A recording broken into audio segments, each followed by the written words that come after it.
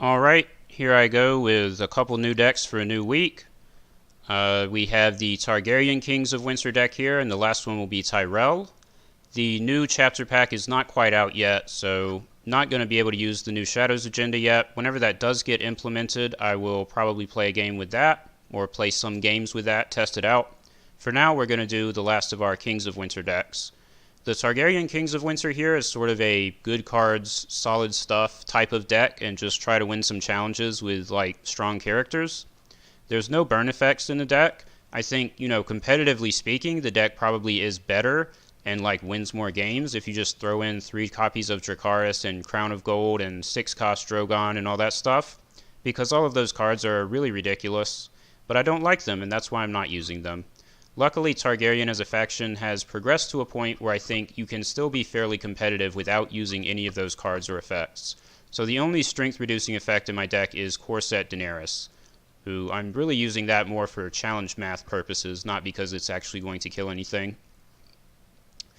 The plots, we have some fairly standard winter stuff, False Spring, Winter Reserves, and Ranger's Cache.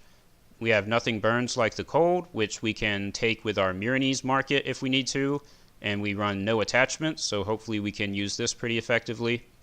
Our other 2 plots, well, the last winter plot is the First Snow of Winter, and I think a more burn-heavy Targaryen deck may not want to use this, but the one that I've put together can leverage it fairly well, I think. There's quite a few ways to sort of cheat dudes in during the challenges phase after the First Snow has triggered. You've got Freedmen, you've got Missandei, who can be discarded by various stuff. You've got Kotho, Quaithe just has Ambush. You could even like put a Hatchling into play with Fire and Blood. You can do stuff like that. And then the last 2 plots are Forced March and the King in the North. And I don't really like using either one of these plots, but they're just so powerful at this point. They're just sort of a fact of the game. You kind of have to use these. These could also be like counting coppers or you win or you die. Those are both not unreasonable. The counting coppers may feel like overkill in other factions, but with the amount of discard tech that we're running, I still found counting coppers to be pretty useful. Just triggering Kotho once will empty out your hand pretty quickly, and then drawing more stuff with counting coppers, you can usually convert that back into more sort of board advantage with all of your typical Targaryen tricks. But these are the 2 that we're using, Forced March and the King of the North, because they're just that good.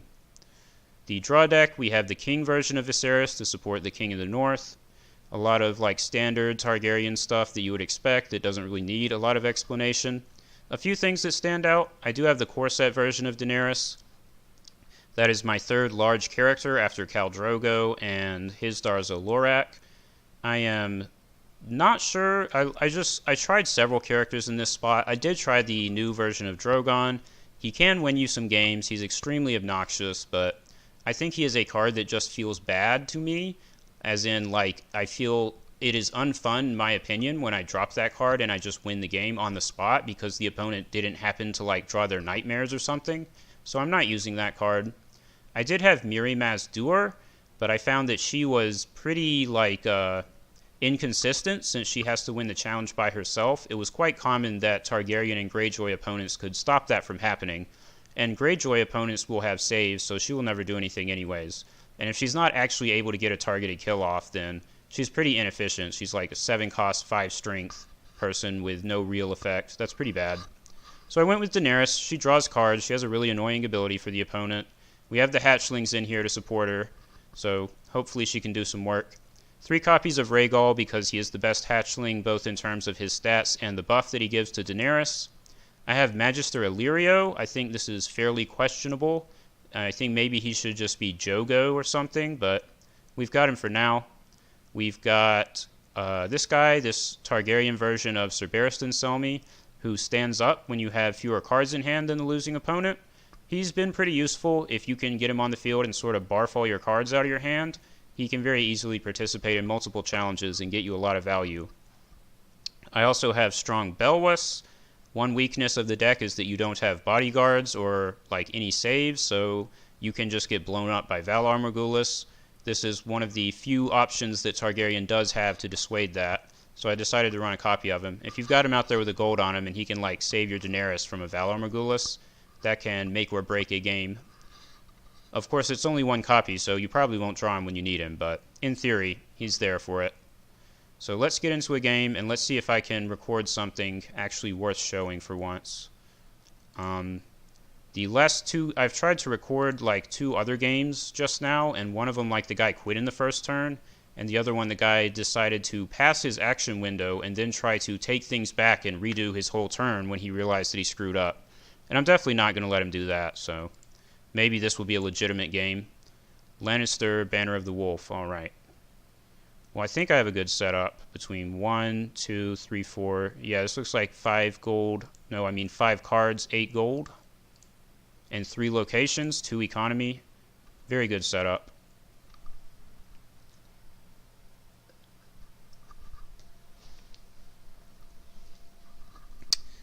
Two painted dogs and no locations. Fair enough. Well, at least we know he's playing Clansman, I guess. Probably an aggro deck with like Ward and Ramsay Snow and all that junk. Did get Flea Bottom right away, which is pretty good against aggro stuff. Character recursion is quite strong when people are trying to kill your board because you can get like free military claim soak with this. With Flea Bottom, that is. Also have a Hatchling and Fire and Blood. That's pretty good. And we have Strong Belwas. We actually drew him. So we have saves on deck. Although this guy is a potential liability in that the opponent could just put a ward on him. But I don't know that I'm really going to try to play around that, because if he has ward, he can just put it on like Jorah Mormont, and that's about as bad. Or rather, I should say that would also be bad if he did that.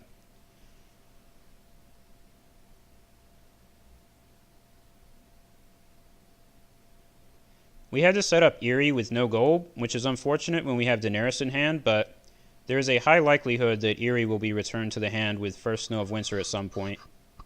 Although I may actually want to put off ever playing that plot if I can, because I don't think his deck is going to be hurt very much by First Snow, and it might end up doing more damage to me. These Lannister, Clansman, Harrenhal techs tend to be totally fine with leaving 0 characters on board and only trying to do challenges with like Harrenhal and Ambush.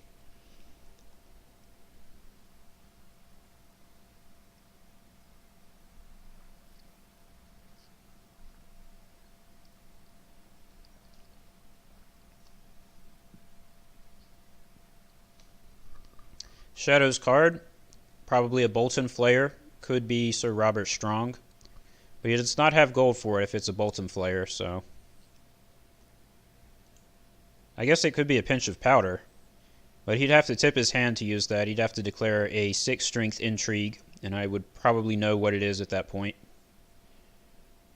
I think I'm going to try to get the Second Sons right away, because I have Flea Bottom. So I'm going to put Aegon in to find them. Use the Great Hall on Drogon because I have both Fire and Blood in my hand. 3 gold to bring Aegon out of Shadows in Challenges phase.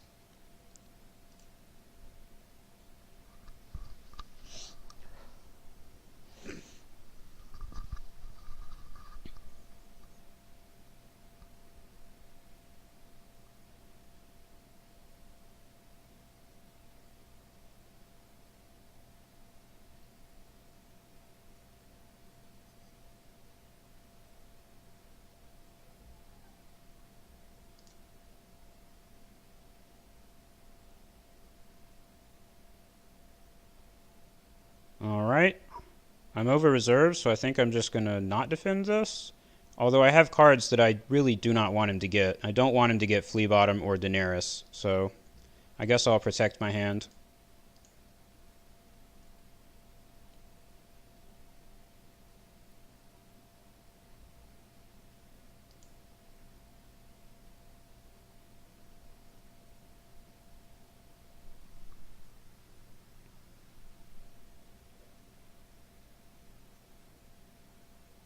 Hear Me Roar. Tyrion Lannister, so it's going to be a 2-claim military. Or at least that's what he's going to attempt. Unfortunately for him, I think I have the strength to block it. I'll have 10 with the Second Sons, and he doesn't have any gold to stop Aegon with treachery. I forgot about Harrenhal. I guess he got me there. Well, we have the Fire and Blood, so I don't know. Maybe we will be able to have at least a couple characters still in play.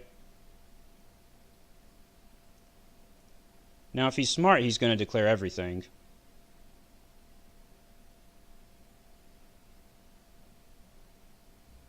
Okay, well that wasn't smart, but I'll take it. Because he should know that that is Aegon waiting in Shadows. Shadows card with 3 gold. Obviously that's Aegon.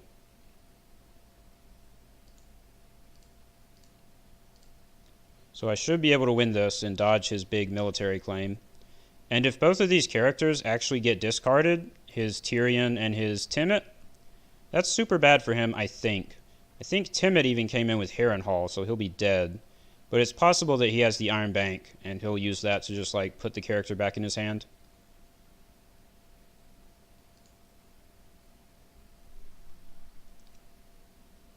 He cannot win a power challenge either. Let's see. I guess he's gonna. I mean, he might as well try it. I can't speak over here, but I will be able to stand the Second Sons with Plaza of Pride to stop it. Just a question of what I want to discard. Probably Quaith of the Shadow. Actually, I think I'll do.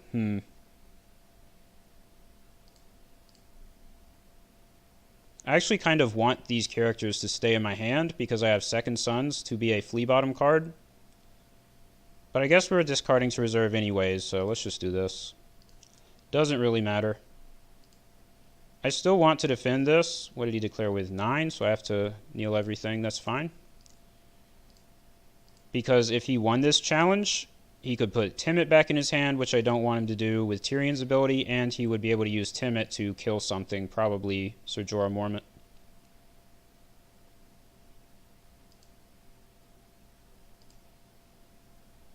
Yep, Tyrion and Timett both go away.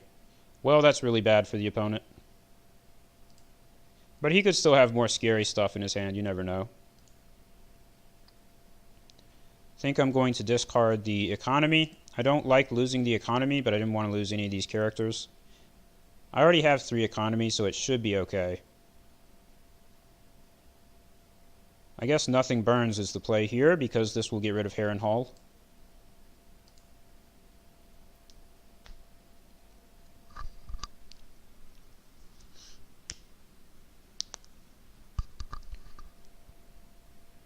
Forced March. Don't know that that bothers me.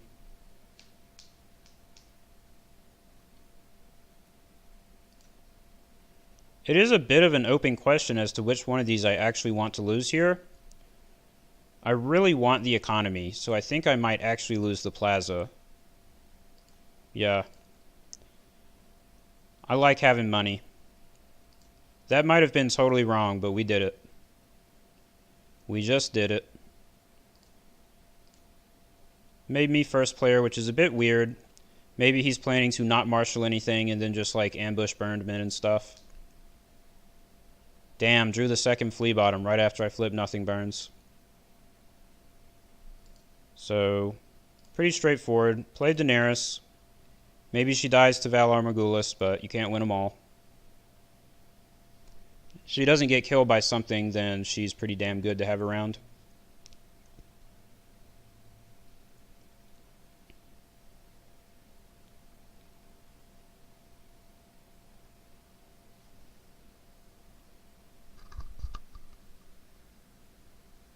City Gates, not a card you see very often. I like the idea of City Gates, and I've used it in some banner decks, but it's just too inefficient in a lot of cases. A Rose Road that costs 1, but it's still limited. I try to avoid using it if I can get away with it. There's no power to claim, so I guess I'm just going to declare Intrigue. I want to draw off of Daenerys, but I'm at reserve, so do I really? But this Flea Bottom's a dead card. I guess I'm going to do it. I might regret this. I don't know what type of plays he might have available. But I'm not super scared with how big my board is.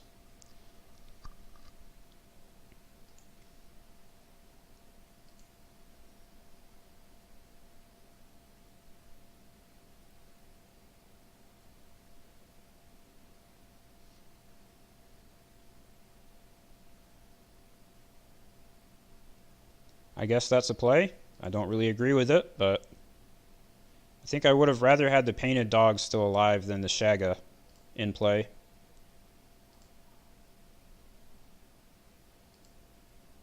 Rhaegal is nice to see. Well, I guess I'll do a power. I don't think it... This doesn't actually matter, but it's like I might as well. I have the characters available. Then we'll do military with Second Sons and see if he has an answer to that.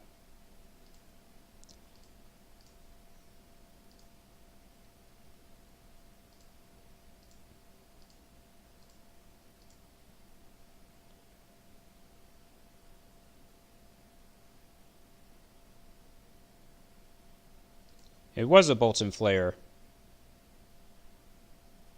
That kind of sucks. He's going to murder one of my guys, but not much you can do about that.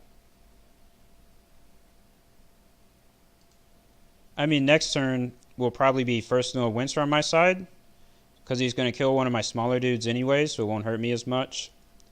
And this Bolton Flare and Shagga are both pretty good bounce targets.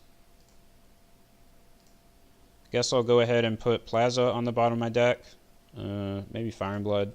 Don't think it matters. The odds of my deck being shuffled by this other copy of Fire and Blood in order for that to actually have a chance to come back into my hand are pretty low. Because if you just put a card on the bottom of your deck, but you never actually shuffle your deck, then you're still never going to draw it again. It might as well be discarded. Oh, well, I guess the other Flea bottom.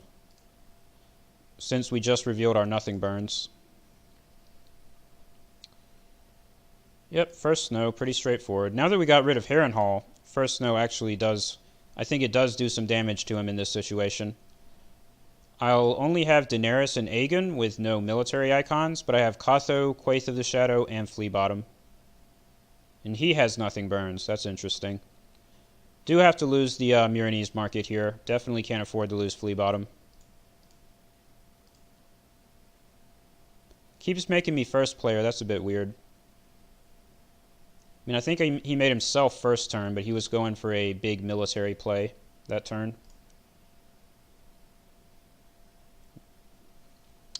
Don't think I'm going to Martial Marine. I don't need the card draw at this point, so I'm just going to save my gold, like 3 for Quaith and 1 for Flea Bottom.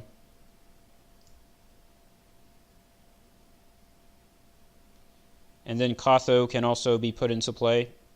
Got his Harrenhal back. That's unfortunate, but it's a 4-cost location, so making him pay for it again is still a pretty big tempo hit, as they say. And I don't think I want to declare any challenges. Do probably want to go ahead and put Quaith into play.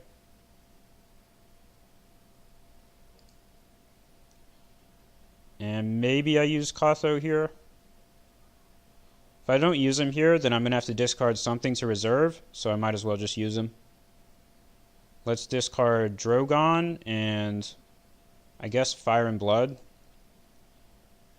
I'm fine losing the Drogon. I would rather not have lost the Fire and Blood, but definitely do not want to lose any of these others. These are the 4 best cards in my hand. All of these are really good as long as Daenerys is on the field, but it is very possible that she will die to Valar Morghulis next turn. Not much I can do about that. Although I will have a fairly strong sort of replay. Still will have plenty of stuff with all these cheap characters if he does Valar. And the reason I'm passing my challenges is because I don't know what he might be able to put into play with like Harrenhal and 1 gold for Hear Me Roar. I don't want to get blown out by anything weird like he tried to do on that first turn. Like Tyrion could jump into play and then Hear Me Roar could like put a friggin', what do you call those guys, a Painted Dogs into play, and I'd have to fulfill 2 military claim. I don't want to deal with any of that. Does put a Bolton Flare in. I guess that's smart. It'll kill Quaith.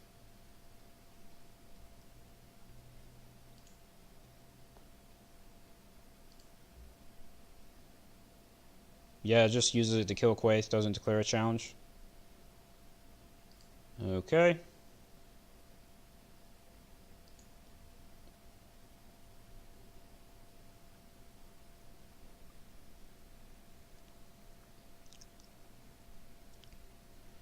So my next plot here will probably be False Spring.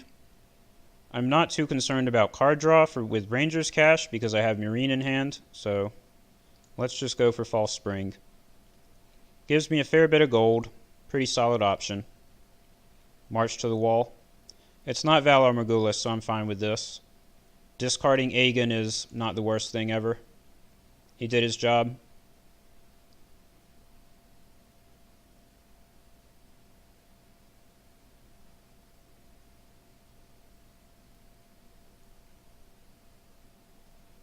Obviously, Roose Bolton.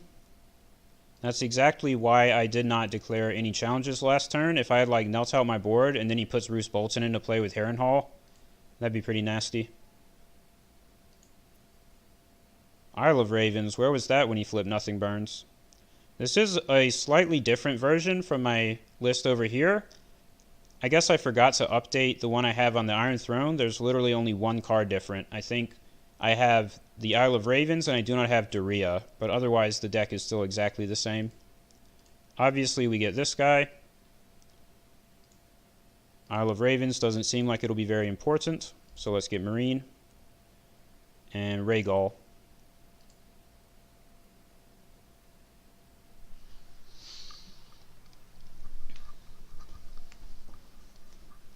I don't think he has Valar Morghulis. I think if he had it, he would have flipped it there, so I should be fine with not putting out Strong Belwas. But if he does have Morghulis, then he got me pretty hard, no doubt about that. Now I can stand up Daenerys, so I'm going to do an Intrigue. And then probably pass.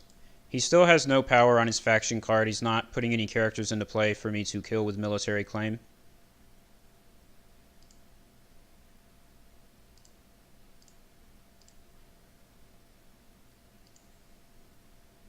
Stone Crows is good to get rid of, I guess.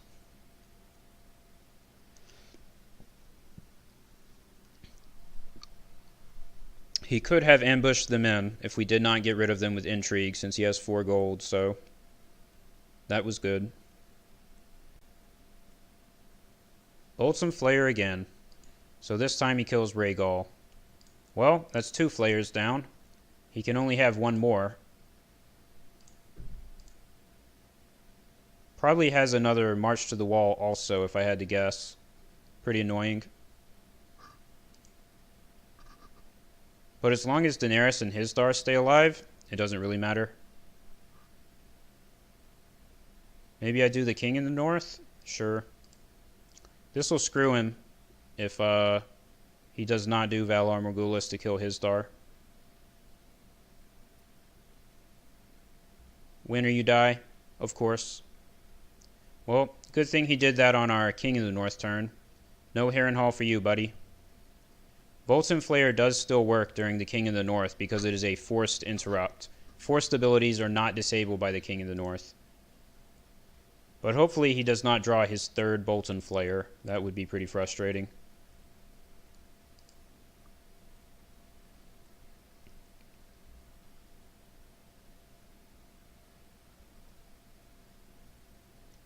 Trying to use his reducers, even though it's the King in the North. I know that feeling. I remember playing against this plot the first few times and doing that. I was like, why is my stuff not working? I feel like it should at least still let you trigger your economy locations. Turning off economy is just, I think it's unnecessary. So maybe it should say, like, you cannot trigger abilities on non-limited characters, locations, or attachments. Get our save. Erie's super duper good, so she's coming out with gold. Get more saves. I guess I'll just save 1 for Flea Bottom, even though I probably won't need it. I don't exactly need the Myronese market either. And I can protect my hand from Intrigue. It doesn't look like there's any way that he could ever win an Intrigue challenge, but theoretically, I could use Marine to protect my hand.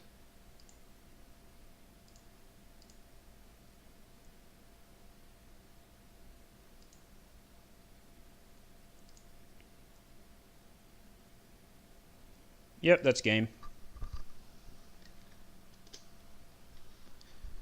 He got screwed pretty hard. I think the turning point was really just the first turn of the game where I was just able to block his stuff and then make his Timid die to Harrenhal and the Tyrion get discarded from Hear Me Roar, which I guess he was going all in on the Tyrion no matter what. It doesn't look like he had any way to put Tyrion back in his hand, but if he had actually been able to win a challenge with Timid, he could have bounced Timid back with Tyrion's ability and done a lot of damage.